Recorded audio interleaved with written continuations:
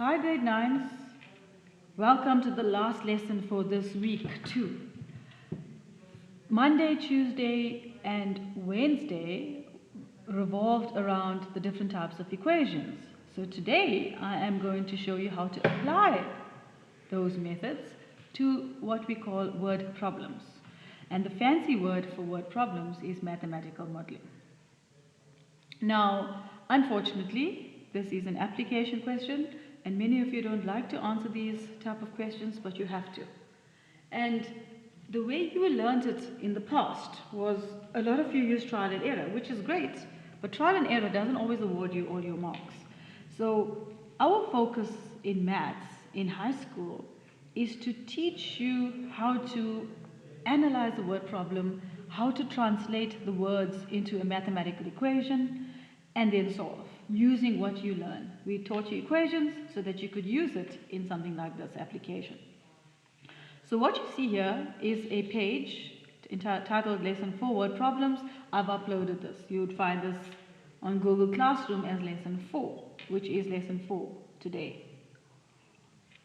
The first page, I just broke down information for you, keywords that you may come across. Some of you struggle with translating the words into mathematical operations, which is the most important part of word problems.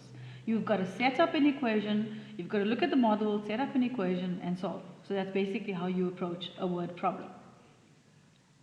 Addition, subtraction, multiplication, division, these are basically the 4 operations. And when you see these words in a question, that is the operation used. And I will refer to this page as we go through a couple of examples. Steps to solving word problems: identify what you're asked to solve for and call it X. You always need to give it an unknown. We just use X. You don't have to use X. Call it whatever you want to call it. Or use whatever variable you want to use. Understand the operation needed, meaning look at the words used in the question, understand what the question is asking you to do. Is it asking you to add, subtract, multiply, or divide? And at the end, learners tend to lose a mark for this type of question because you do all the difficult steps, you get your answer, and then you don't answer the question. Sometimes the question asks you something that's varying from the value that you solve for in the unknown. So please answer the question at the end. State your answer clearly. Now this is certainly what I don't want to have, or hopefully nobody does something like this in a test. I just put it here as a diversion. It's quite funny actually. If you're given a problem, where is X? Here it is. Please do not do this when you're asked a question. Right, let's move to an example.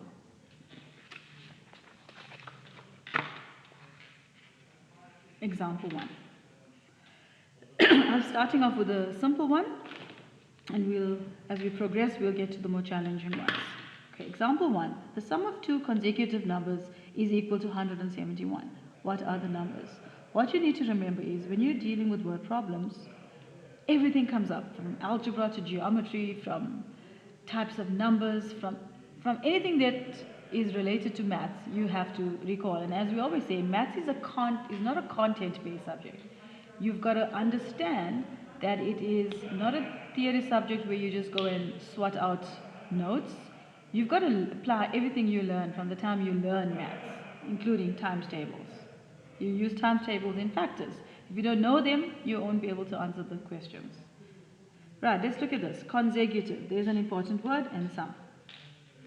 So as I've told you in the guideline when dealing with word problems, find what you need to find, identify it, and let it equal to X. So what do we want at the end? What are the numbers? So that means there are 2 numbers. So at the end of the solution, you need to identify the 2 numbers that give you 171 when added. So we are going to remember, let the unknown equal to X. So let the first number equals to X. Again, the solutions are worked out for you, and I've put it up on Google Classroom. So if my first number is X, now let's look at this important word, consecutive. What does consecutive mean? Consecutive means that a number increases in ones. So 1, 2, 3 are consecutive numbers. 4, 5, 6 are consecutive numbers. 8, 9, 10 are consecutive numbers, and so on. The number goes up in 1, basically. That's what it means. So if the first number is x, the second number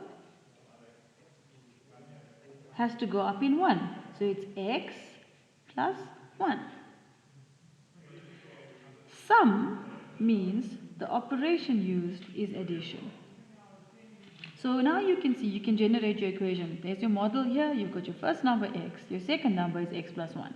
X is unknown, so we are unsure which consecutive numbers would give you 171. So all we know is that the sum is 171. So let's put that down there.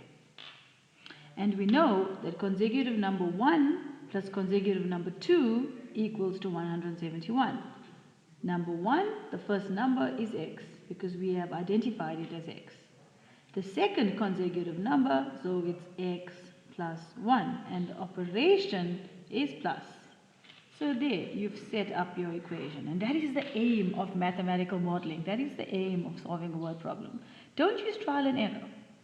It doesn't always award you full marks, and sometimes you may not always get the solution using trial and error. Use the maths that you learn to answer these questions. There's your equation. It looks familiar. It's a linear equation because your highest power is 1. Now you add x plus x is 2x. And remember, linear equations involve having the unknown on one side and all the numbers on the other side. So I've got to move this 1. When you move, don't forget, you need to subtract. Do the opposite of what you're doing there. And this takes you to 170. We need to divide by 2 to get rid of the 2. Therefore, x is equal to 85. Now, do not stop there. As I said earlier, learners just solve and leave the answer. That is not the answer. Let's read the question. What are the numbers? Meaning you've got to state both numbers. So if we said that the first number is x, so you say the numbers are, answer the question, the numbers are 85 and consecutive mean I've got to add 1 to 85, 86. And that answers the question. So if you add 85 to 86, you will get 171. Okay, that's example 1. Let's go to example 2. This is an age question, a common question for grade 9. So let's work this out. Tim is 10 years older than Emma. Timothy and Emma are probably smiling at this stage. In 3 years' time, he will be as twice as old as Emma. So how old are Tim and Emma now? So in 3 years' time, there's an important word. Twice is another important word. Now let's see what happens. Let's set up a model. 3 years older, 10 years older, there's another clue given here, means you've got to add 10 because 3 years older. In 3 years' time, you need to add 3. Twice means you need to multiply by 2. So those are the key words. These key words are helping you identify the operation needed to be done. Right, when I have a question like this, I always encourage the learners to set up a model, meaning draw a table. So we're going to put all the information into this table. We are translating all these words into mathematical sentences. So what are you comparing? You are comparing Tim's age with Emma's age. That's what you're comparing. Right, Tim versus Emma. Tim versus Emma, the current age, so the age now, and then the age in 3 years' time. That's the focus here, in 3 years. So let's try to set up an equation. What is the starting point? At this point you wouldn't know, so let's put down values. Remember, according to my guidelines, when solving a word problem, identify the unknown. So what will the unknown be? I'm going to let Emma's age equal to x. Okay? Because we know that Tim is 10 years older than Emma. So if Emma is x, Tim will be x plus 10, as stated there in that question. In 3 years' time, so before we look at what the question is asking, automatically, if Emma is x years now, in 3 years' time, she will be x plus 3. If she's 10 years now, in 3 years' time, she will be 13. If she's 12 years now, in 3 years' time, she will be 15. The same with Tim. If Tim is x plus 10 years now, in 3 years' time, it will be x plus 10 plus 3, which is x plus 13, basically. Okay? It is also given that in 3 years' time, Tim will be twice as old as Emma. So we can set up another equation for Tim's age in 3 years' time. Twice as old as Emma is then. So if Emma is x plus 3 in 3 years' time, Tim is twice that. So twice means you're multiplying Emma's age by 2. So what equation will we actually set up here? We've got two expressions for Tim's age in 3 years.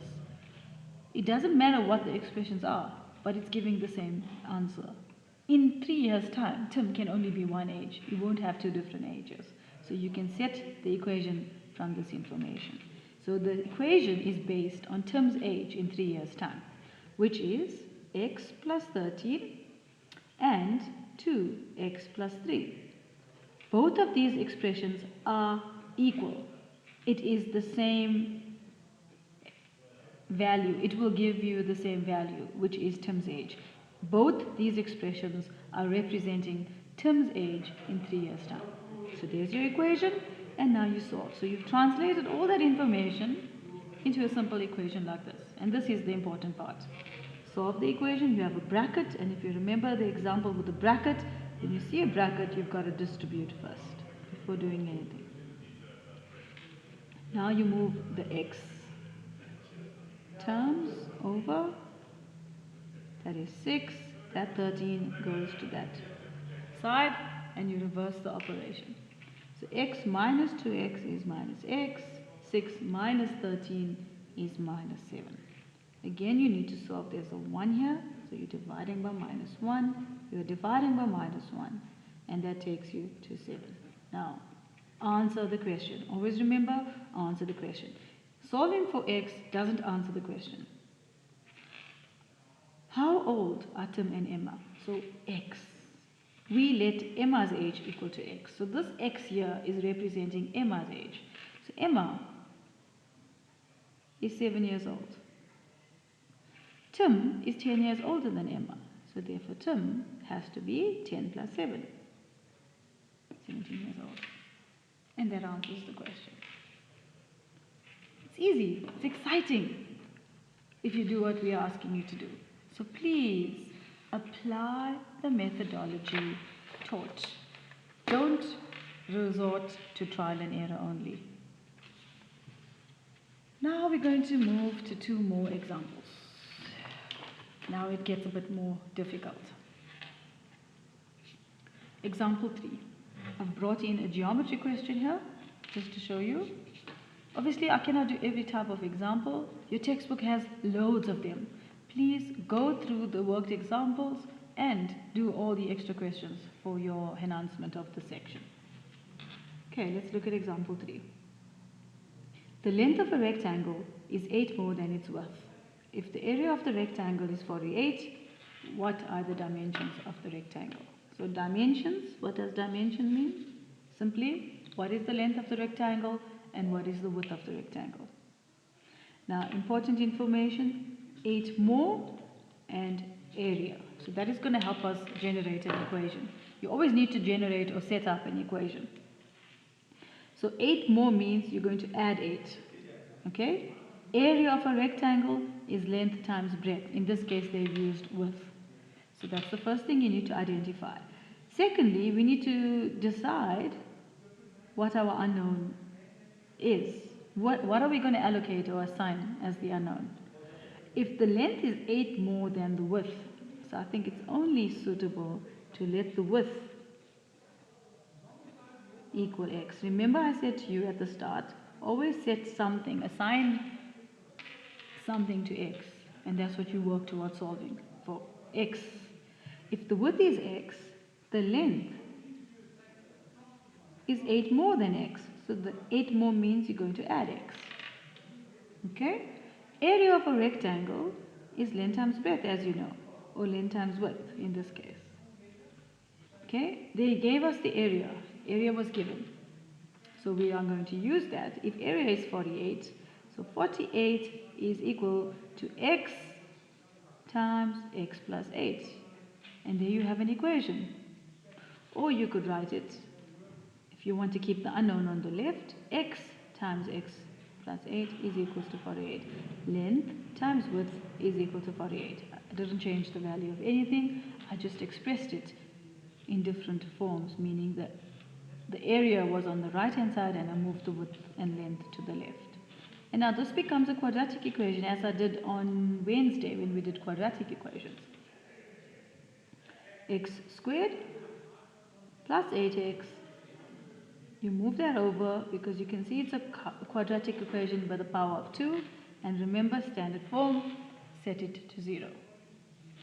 It's a trinomial, so you need to factorize. So that gives you need 4. So what will the factors be? X plus 12. X, 12 times 4 is 48, equals to 0. The zero factor law, x plus 12 equals to 0. Therefore, x is equal to minus 12. Or x minus 4 is equals to 0. Therefore, x is equal to 4. Now you know length cannot be expressed as a negative. So you actually reject that one. That is not applicable. So x has to be 4. And the width represented x. So what are we saying? The width is 4 meters. Dimensions refers to both the width and the length. So if the width is 4, the length is plus 8. So it's 4 plus 8, which is 12. And if you go 12 times 4, you do get the 48 meters squared. So now I've brought in a quadratic equation. And then the last example is a speed, distance, time one. Again, a very common one, but a very confusing one to most learners. Now, if we give you something like this, very often we will give you the formula. But there's a simple way just in case. We don't always have to give you the formula. Sometimes you need to know it. So I teach the kids to think about this triangle. Distance, speed, and time. DST. So it's the DST. And you can say DSTV, the upside down V, the DSTV triangle. So distance is equal to speed times time. Speed is equals to distance divided by time. Time is equals to distance divided by speed. Okay, so those are your formulas. So let's write that down. Distance is equals to speed times time. Speed is equal to distance over time. And time is equals to distance over speed. Okay, keeping that in mind, let's go to the question. A man travels in his car from home, realizes that he forgot to bring his laptop, makes a U-turn at the traffic light, and drives back home. His average speed from home to the traffic light is 60 kilometers per hour, and his average speed back home is 100 kilometers per hour. The total time taken for him to travel from home to the traffic light and back home is 30 minutes. Now, there's something here. You're dealing with word problems, you always need to consider the units used. This is in hours and this is in minutes. So we've got to convert them to the same unit of measurement in order to get the correct answer. Calculate the distance. So they want us to work out the distance between the home and the traffic light. Let's draw a sketch. So if you look at this question, you've got your traffic light and you've got the home here. So you've got the home and the distance from the home to the traffic light is unknown. So the distance is unknown. That's what we need to find. So whether he traveled that way, from the traffic light to the home, or from the home to the traffic light, the distance is unknown. That's what we need to find. So immediately we're going to let the distance equal to x. Remember, always assign x to something. And that's where you start solving. So let's call this the traffic light. The speed at which he traveled from home to the traffic light is 60 kilometers per hour. He obviously drove faster when he realized he made the U-turn, And then he changed his speed, increased to 100 kilometers per hour because he's rushing now. He needs to get back home and then get back to wherever he was going to work. Where do you start? You've got to think about setting up an equation. When you set up an equation, remember, an equation means the expression on the left must equal to the expression on the right. So you've got to think of something that represents the same thing. Like with the age question, we were dealing with Tim's age in 3 years' time. With this question, we've got to think about distance. But we do not have any other information related to distance, except we know that it would be the same distance to and from. We have speed, but we've got both speeds, so it doesn't actually help us. So distance is out, speed is out. So let's look at time. Let's look at whether we could set up an equation with time. We've got 30 minutes. This is the total journey, meaning the time taken from home to the traffic light and making that U-turn and going back home took him 30 minutes. So we've got something here. Now 30 minutes needs to be converted to hours because the speed is represented in hours. So 30 minutes is equivalent to half an hour. So we're going to work with half instead of 30. Remember that. If you put 30 into your equation and if you use 160, your answer is wrong because you're dealing with incorrect units of measurement. Right, so convert to the same unit of measurement, and there's your key. Your speed is represented in hours, so you need to convert that minutes to hours. Okay, as you know, there are 60 minutes in an hour, so 30 minutes would represent half an hour. Okay, so let's work out the time from home to traffic lights. Time is distance over speed. Distance is equal to x. So x over x, 60, is representing the time taken for this person to drive from home to the traffic light. Then we have information after he made the U-turn from the traffic light to home. So from the traffic light to home, his speed changed to 100 kilometers per hour. His time would be the distance, which is still x, divided by 100. So the total time for this entire journey is 30 minutes. So that's not bad. His house wasn't too far away from the traffic light. So it means this time, the time taken from here to here, plus the time taken from there to there, gave you 30. So there's your equation. So you can therefore say x divided by 60. So the time traveled, taken to travel from home to the traffic light, plus the time taken to travel from the traffic light back home is equal to half. And there's your equation. There's an equation with a fraction, so you're going to solve it in the way that I showed you in, I think it was lesson 1 on Monday. So remember, find LCD. You're solving an equation, so you do not need to carry your LCD down to the end. And if you think about this, you've got 60, you've got 100, you've got 2, 300 would be the most suitable denominator, the lowest denominator. 300 divided by 60 is 5 times x. 300 divided by 100 is 3 times x. 300 divided by 2 is 150 times 1. Drop your LCD. 5x plus 3x is 150. 8x is 150. I'm going to move across to this side. I need to solve for x. So x is equal to 150. Let's just quickly work that out. We're going to get a decimal number. I'm going to get the value. Oops, sorry. 150 divided by 8. 75 over 4. And that takes you, so 75 over 4 is equal to 18,75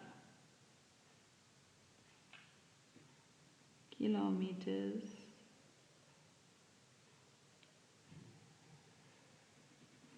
no, it's time. So it's kilometers because you're dealing with excuse me, because x represented your distance. So this answer is representing your distance. Remember, that is why it is important to know what the x represented. So it would be kilometers. So this is giving you the distance from home to the traffic light. And that's your answer. The distance is 18,75 kilometers. Right, grade 9s, I think that's enough examples. So now you have an exercise to do.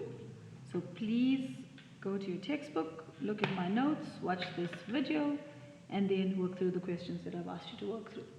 I forgot to mention on Wednesday, the quiz that was assigned to you.